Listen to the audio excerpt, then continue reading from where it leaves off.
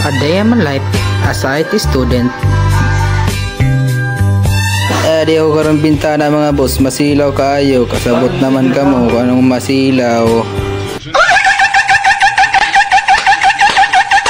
Transaction sa Igbaw, oh yeah, tambay gamay. Sheesh! Kapit na ako maabot ka din na bal guys. Hay kaya, pasupsupa ko bi. Transaction sa malupit, and 3, 2, 1. Pero joke na to guys, ako na akong din highlights guys, yeah!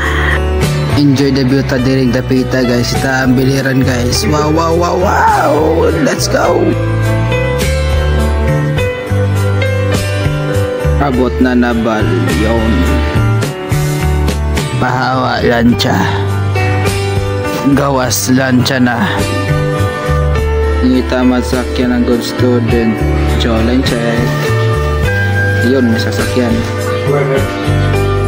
Nope. Tadan! Wow, wow, wow, wow. On the way sa apartment na. Ay, po yan.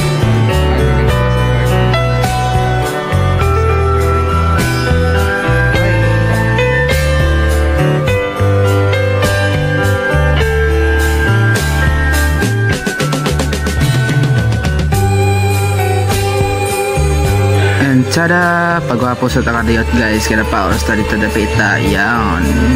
Hugas gamay para inong good student. Yan. Inom tubig kay mauhaw good pang hugas.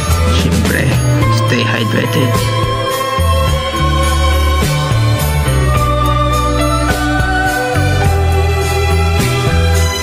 Kahumaninom po astualya para magpalami ta. Ay. Transaction pasulod para ino naligo na. So, ikaw budoy.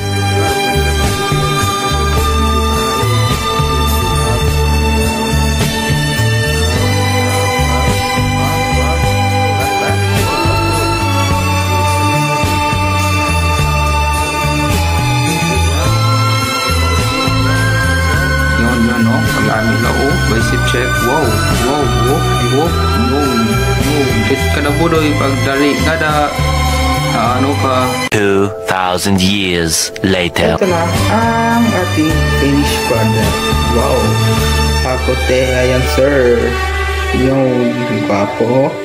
Shopang dito transition sa elevator para nag-lit.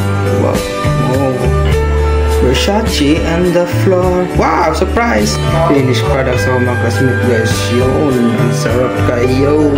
Palami, palaway, pasarap, pagay. Diretso na ito sa last subject guys para tita magdugay. Yun, no? Reporting ang classmate guys. Yan. Wow, pogi yan guys.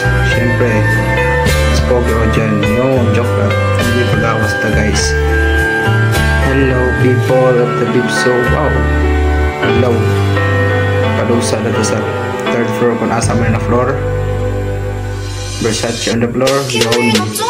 Nga, di na to kalimutan pag-highlights ito na mo. Siyempre kita bida de yun. Hopa. Kagwapo. Anak singing. Oho. Yay buhay. Ya karon guys, ada to sa gawa sa Bibso guys. Pauli na tao po sa atong barkada na gwapo. Yun. Yan, yo, turnover, yung pakalalipong dong. Niya-add na to sa apartment guys, sa rooftop, haway gamay, pahangin, sabay. Mapaglaro ang tadhana. Bakit nga ba kailangan pagtagpuin ang dalawang tao pero hindi naman sila magiging magkasama hanggang sa huli? Ang sabi ng iba, nangyayari ito dahil sa bawat taong dumarating at umaalis sa buhay natin ay nagbibigay at nag-iwan sila ng mahalagang aral.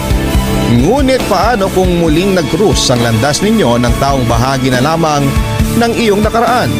Paano kung muli siyang pumatok sa puso mo? Hahayaan mo ba siyang pumasok kahit alam mong hindi na pupwede?